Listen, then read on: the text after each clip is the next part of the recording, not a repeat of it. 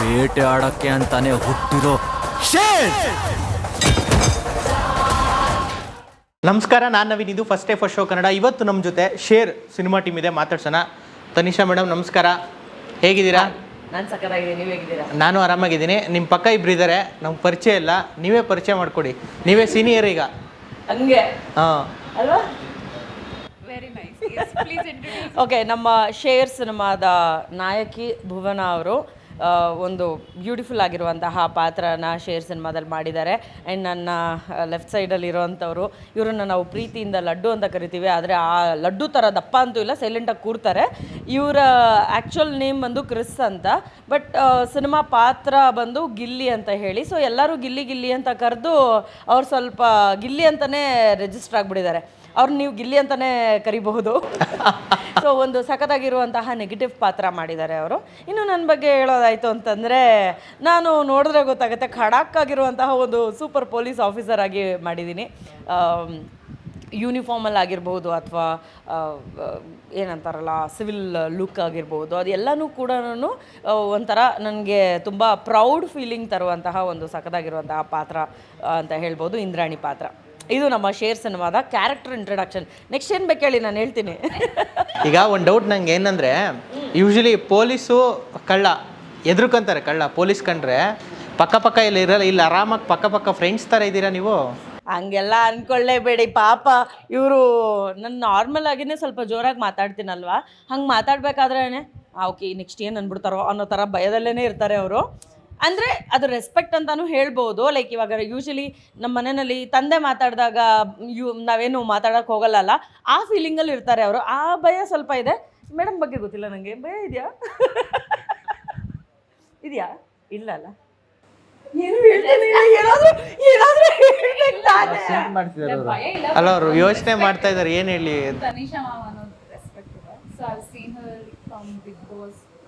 So I think ಅಲ್ಲೇ ಅವ್ರಿಗೆ ತುಂಬ ಪಬ್ಲಿಸಿಟಿ ಸಿಕ್ಕಿದ್ದು. ಐ ಥಿಂಕ್ ಬಿಗ್ ಬಾಸ್ ಅಲ್ಲಂತೂ ತುಂಬ ಚೆನ್ನಾಗಿ ಅದಕ್ಕೆ ಮುಂಚೆನೇ ನಾವು ಸಿನಿಮಾ ಶುರು ಮಾಡಿದ್ವಿ, ಅಲ್ತಾನೆ ನೋಡಿದ್ದೀರ ನೀವು ನನ್ನ. ಬಟ್ ಹೌದು. ಸೊ ಆ್ಯಕ್ಚುಲಿ ನಾನು ಒಂದು ಪಾತ್ರದ ಡಿಸ್ಕಷನ್ಗಂತ ಹೋಗಬೇಕಾದ್ರೆ ಇವರು ಡಿಸ್ಕಷನ್ಗೆ ಅಂತ ಬಂದಿದ್ರು. ಇವರು ಆಲ್ರೆಡಿ ಒಂದು ಡಿಸ್ಕಷನ್ ಎಲ್ಲ ಮುಗ್ದು ಎಲ್ಲ ಫೈನಲ್ ಆಗಿತ್ತು. ಸೊ ನಾನು ನಮ್ಮ ಕ್ಯಾಮ್ರಾಮನ್ ಸರ್ ಈ ಥರದೊಂದು ಪ್ರಸಿದ್ಧ ಸರ್ ಡೈರೆಕ್ಟ್ ಮಾಡ್ತಾ ಇದ್ದಾರೆ ಬನ್ನಿ ಅಂತ ಹೇಳಿದಾಗ, ನಾನು ಪಾತ್ರದ ಡೀಟೇಲ್ಸ್ ಕೇಳೋದಕ್ಕೆ ಅಂತ ಹೋಗಿದ್ದಾಗ ಮೇಡಮ್ ಎಂಟ್ರಿ ಕೊಟ್ಟರು. Off screen she never puts makeup, ಏನಿಲ್ಲ, ತುಂಬ ನ್ಯಾಚುರಲ್ ಆಗಿ ಚೆನ್ನಾಗಿ ಕಾಣಿಸ್ತಾರೆ ಇವರು. ಬಂದರು, ಓಕೆ, ತುಂಬ ಅಂದರೆ ಅವಾಗ ಇನ್ನೂ ಸ್ವಲ್ಪ ಡಯಟ್ ಇದೆಲ್ಲ consciously she was doing everything for the film, only for the film. ಅಂದರೆ ಒಂದು ಸಿನಿಮಾ ಅಂತ ಬಂದಾಗ ಕಾನ್ಷಿಯಸ್ಲಿ ನಾವು ಡಯಟ್ ಮಾಡೋದಾಗಿರ್ಬೋದು ಅಥವಾ ಫೈಟ್ ಸೀಕ್ವೆನ್ಸ್ ಇದೆ ಅನ್ಬೇಕಾದ್ರೆ ವರ್ಕೌಟ್ ಮಾಡೋದು, ಅದ್ರ ರಿಲೇಟೆಡ್ ಏನಾದರೂ ಕಲ್ತ್ಕೊಳ್ಳುವಂಥದ್ದಾಗಿರ್ಬೋದು, that is called dedication. So the moment I got to know ಸಿನಿಮಾಗೋಸ್ಕರ ಇವರು ಸಣ್ಣ ಆಗ್ತಾ ಇದ್ದಾರೆ, ಆ ಪಾತ್ರಕ್ಕೆ ಹಿಂಗೆ ಕಾಣಿಸ್ಕೋಬೇಕು ಅನ್ನೋದಕ್ಕೋಸ್ಕರ ಅವರು ಕಾನ್ಷಿಯಸ್ಲಿ ಡಯಟ್ ವರ್ಕೌಟ್ ಮಾಡ್ತಾ ಇದ್ದಾರೆ ಅಂತ ಗೊತ್ತಾದಾಗ I really wanted to appreciate. But ಅವಾಗ ಪರಿಚಯ ಇರಲಿಲ್ಲ, ನಾವು ಐ ಆಮ್ ಡೂಯಿಂಗ್. ಎಷ್ಟು ವರ್ಷ ಬೇಕಾಯ್ತು ನೋಡಿ ಈ ಮಾತು ಕೇಳಕ್ಕೆ ನೀವು? ಇಲ್ಲ, ಎಷ್ಟು ವರ್ಷ, 3 ವರ್ಷದಿಂದ ಸಿನಿಮಾ ನಡೀತಾ ಇದೆ. ಸೊ ಆಗ ಹೇಳಿಲ್ಲ. I think after 3 years she is telling me now. ಯಾವ ಸಮಯದಲ್ಲಿ ಹೇಳ್ಬೇಕು ಆ ಸಮಯದಲ್ಲಿ ಹೇಳಿದ್ರೇನೆ ಕೆಲವೊಂದಕ್ಕೆ ರೆಸ್ಪೆಕ್ಟ್ ವ್ಯಾಲ್ಯೂ ಜಾಸ್ತಿ. ಸೊ ಈಗ ಜನರ ಮುಂದೆ ನೀವು ಕಾಣಿಸ್ಕೊಳ್ಳೋದಕ್ಕೆ ಹೊರಟಿದ್ದೀರಾ ಅಂದರೆ, ಆಸ್ ಹಿ ಸೆಡ್, ನಿಮ್ದು 2ನೇ ಸಿನಿಮಾ ಆಗಿರ್ಬೋದು, 3ನೇ ಸಿನಿಮಾ ಆಗಿರ್ಬೋದು, ಏನೇ ಇದ್ರೂ ಕೂಡ ಜನದ ಮುಂದೆ ನಾವು ಹೋಗ್ಬೇಕಾದ್ರೆ ನಮ್ಮ ಪರಿಚಯ ಕಡಿಮೆ ಇದೆ ಅಂತ ಅನ್ಬೇಕು. ಯಾರಾದ್ರೂ ಒಬ್ರು ಹೇಳಿದ್ರೇನೆ ಅವ್ರು ಏನು ಮಾಡಿದ್ದಾರೆ ಅನ್ನೋದು ಗೊತ್ತಾಗೋದು. ಆ್ಯಂಡ್ ಇವ್ರು ಮಾತ್ರ ಅಲ್ಲ, ಈ ಸಿನಿಮಾದಲ್ಲಿ ನೀವು ಕಿರಣ್ ರಾಜ್ ಅವ್ರನ್ನ ನೋಡ್ಬೋದು, ತುಂಬಾ ಸಖತ್ತಾಗಿ ಕಾಣಿಸ್ಕೊಂಡಿದ್ದಾರೆ. ಅಂದ್ರೆ ಈ ಹೆಣ್ಮಕ್ಳಿಗೆ ನಾವು ಬ್ಯೂಟಿಫುಲ್ ಅಂತ ಹೆಂಗ್ ಹೇಳ್ತೀವಿ, ಆ ಥರ ಅವ್ರಿಗೆ ಹ್ಯಾಂಡ್ಸಮ್ ಅಂತ ನಾವು ಅದನ್ನ ಮೀರಿ ಒಂದು ಪದ ಇದ್ರೆ ಅದನ್ನ ಕೊಡ್ಬೋದು. ಅದಕ್ಕೋಸ್ಕರ ವರ್ಕೌಟ್ ಮಾಡಿದ್ದಾರೆ, ಬಾಡಿ ಕ್ರಿಯೇಟ್ ಮಾಡ್ಕೊಂಡಿದ್ದಾರೆ. ಅಂದ್ರೆ ಅಲ್ಲಿವರೆಗೂ ಸ್ವಲ್ಪ ಕ್ಯೂಟ್ ಆಗಿ ಮಾತಾಡುವಂತಹ ಕಿರಣ್ ರಾಜ್ನ ನಾವು ನೋಡಿರೋಂಥದ್ದಾಗಿತ್ತು. ಈ ಸಿನಿಮಾದಲ್ಲಿ ಖಡಕ್ ಆಗಿ ನೋಡ್ಬೋದು ಅವ್ರನ್ನ. ಅಂಡ್ ಪ್ರತಿಯೊಂದು ಡೈಲಾಗ್ ಡೆಲಿವರಿ ಮಾಡ್ಬೇಕಾದ್ರೂ ಸಖತ್ತಾಗಿ ಹೇಳಿದಾರೆ ಗುರು ಅಂತ ಅದೊಂದು ಆಡಿಯನ್ಸ್ ಕುತ್ಕೊಂಡು ನೋಡ್ಬೇಕಾದ್ರೆ ಆ ಫೀಲ್ ಬರುತ್ತೆ. ಪ್ರತಿಯೊಬ್ಬರು ಮಿಗ್ದವರೆಲ್ಲ ಸೀನಿಯರ್ಸ್, ಅವ್ರ ಬಗ್ಗೆ ಎಲ್ಲ ಏನು ಹೇಳಂಗಿಲ್ಲ, ಎಲ್ಲರೂ ಸಿಕ್ಕಾಪಟ್ಟೆ ಎಕ್ಸ್ಪೀರಿಯನ್ಸ್ ಇರೋಂಥವ್ರೇನೆ. ಅವ್ರಗಳ ಮುಂದೆ ನಾವು ಮಾಡಿರೋದು ನಮಗೆ ಎಲ್ಲರಿಗೂ ಖುಷಿ ಇದೆ.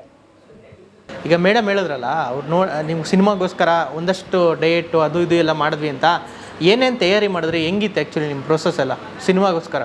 ಸಿನಿಮಾಗೋಸ್ಕರ ಆ್ಯಕ್ಚುಲಿ ಸಿನಿಮಾ ಸೀನ್ಸಲ್ಲಿ ನಾನು ಸ್ವಲ್ಪ ವೆಯ್ಟ್ ಗೇನ್ ಆಗಬೇಕಿತ್ತು. ಬಟ್ ಸಾಂಗ್ಸಲ್ಲಿ ಸ್ವಲ್ಪ 0 ಸೈಜ್ ಅಂತಾರಲ್ಲ, ಆ ಸೈಜಿಗೆ ಬರಬೇಕಿತ್ತು.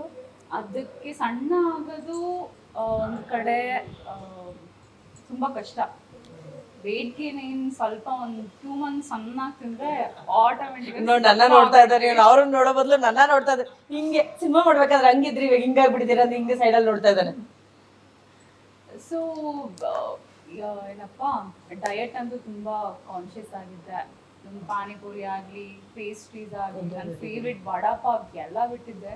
ಬಟ್ ಸಾಂಗ್ ಶೂಟ್ ಆಗಿದ ತಕ್ಷಣ ಸ್ಟಾರ್ಟ್ ತಿನ್ನೋದಕ್ಕೆ. ಎಷ್ಟು ವೆಯ್ಟ್ ಲಾಸ್ ಎಷ್ಟು ಮಾಡಬೇಕಾಗಿತ್ತು ನೀವು? ನಾನು ಫುಲ್ ದಪ್ಪ ಇದ್ದಾಗ ಐ ಥಿಂಕ್ 68-69 ಇದ್ದೆ. ಸೊ ಆಲ್ಮೋಸ್ಟ್ ಒಂದು ಇವಾಗ 61-60 ಇದ್ದೀನಿ. ಅಲ್ಲಿ ಸಣ್ಣ ಆದ್ರಲ್ಲ, ಅವಾಗ ಎಷ್ಟಾಗಿದ್ರಿ? ಅದೇ ಅಷ್ಟೇ ಆಗಿದ್ದು, ಇಲ್ಲ 60. ಇನ್ನೂ ಸಣ್ಣ ಇದ್ರಿ ನೀವು. ಬಟ್ ನನ್ನ ಹೈಟ್ ಇದ್ನಲ್ಲ, ಇವಾಗ ಹೈಟ್ ಕಮ್ಮಿ ಆಯ್ತಾ? ನನ್ನ ಹೈಟ್ ಇದೀನಲ್ಲ, ಮೇ ಬಿ ಅಷ್ಟು ಗೊತ್ತಾಗಲ್ಲ ಅನ್ಸುತ್ತೆ. ಇಲ್ಲ ಶುರು ಆಗೋ ಟೈಮಲ್ಲಿ ನೀವು ಪಾತ್ರ ನೋಡಿದ್ರೆ ಗೊತ್ತಾಗುತ್ತೆ. ಇನ್ನೂ ಒಂಚೂರು ಸಣ್ಣನಾಗಿದ್ದಾರೆ, ಮೋಸ್ಟ್ಲಿ ವೇಟ್ ಚೆಕ್ ಮಾಡ್ಕೊಂಡಿಲ್ಲ ಅನ್ಸುತ್ತೆ. ಇನ್ನೂ ಸ್ವಲ್ಪ ಜಾಸ್ತಿನೇ ಸಣ್ಣ ಇದ್ರು, ಇರ್ಲಿಲ್ವನ?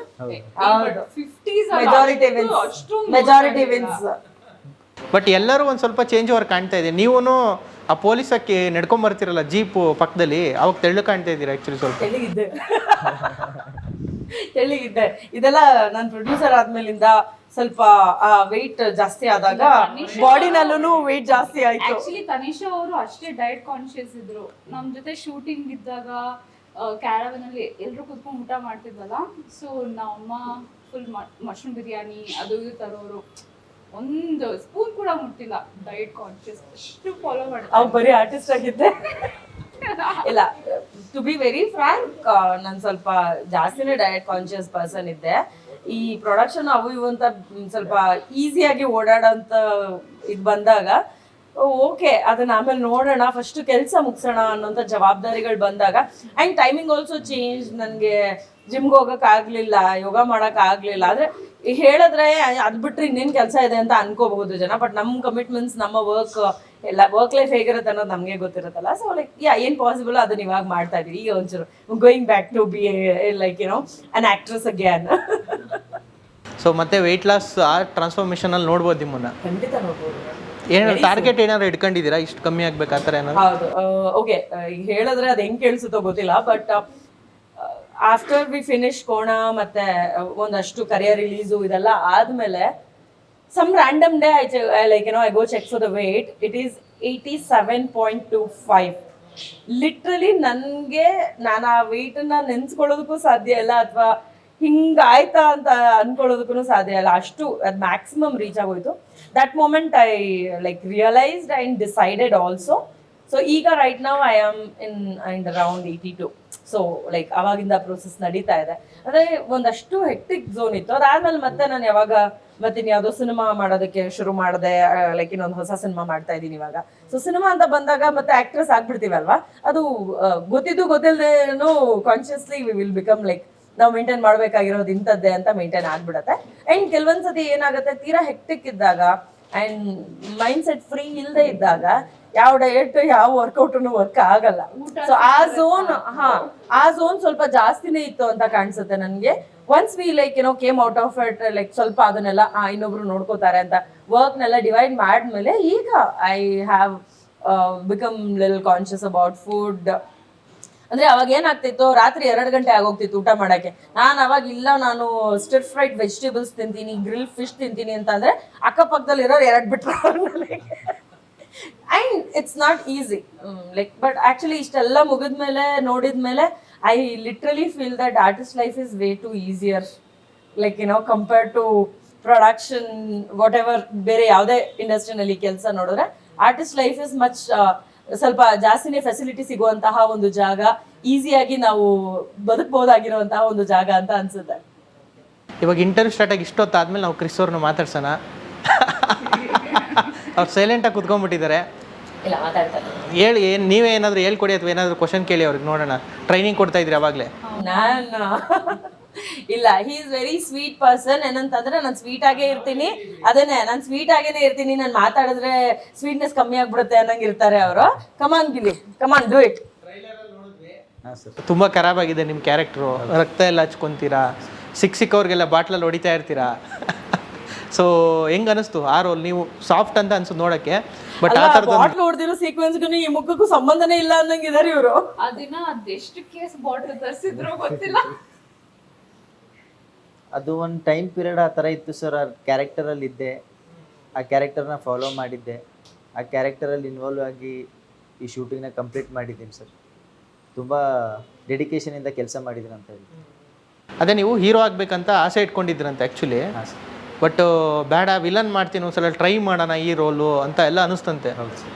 ಸೊ ಹೆಂಗೆ ಅಂದರೆ ತಟ್ಟಂತ ಒಪ್ಕೊಂಡ್ರ ಅಥವಾ ನಿಮ್ಗೆ ಹೀರೋ ಆಗ್ಬೇಕಂತ ಆಸೆ ಇರುತ್ತೆ, ವಿಲನಾಗಿ ನಿಮಗೆ ಅರ್ಗಿಸ್ಕೊಳಕ್ಕೆ ಆಯ್ತಾ ಅದು ಅಂತ? ಡೈರೆಕ್ಟರ್ ಸರ್ ಹೇಳಿದರು ನನಗೆ ದುನಿಯಾ ಮೂವಿ ನೋಡು ಅಂತ.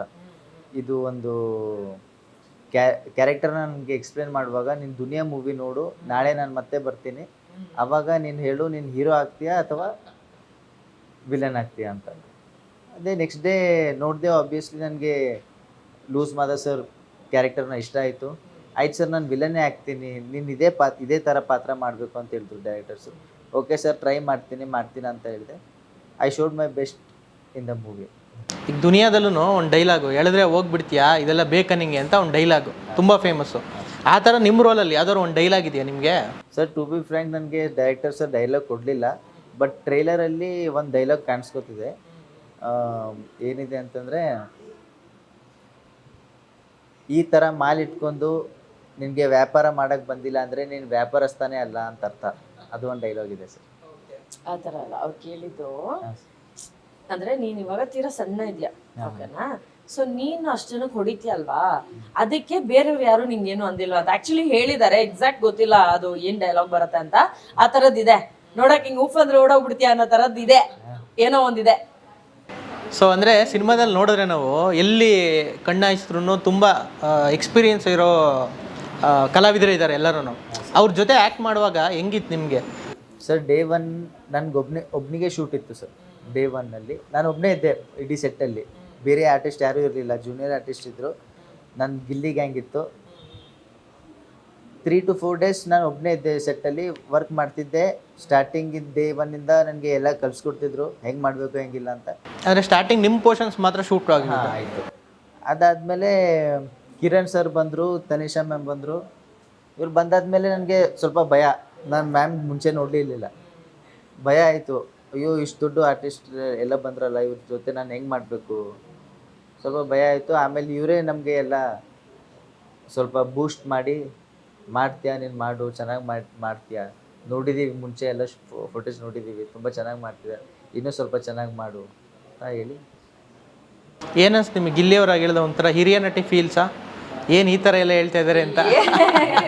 ಇಲ್ಲ ಅಂದ್ರೆ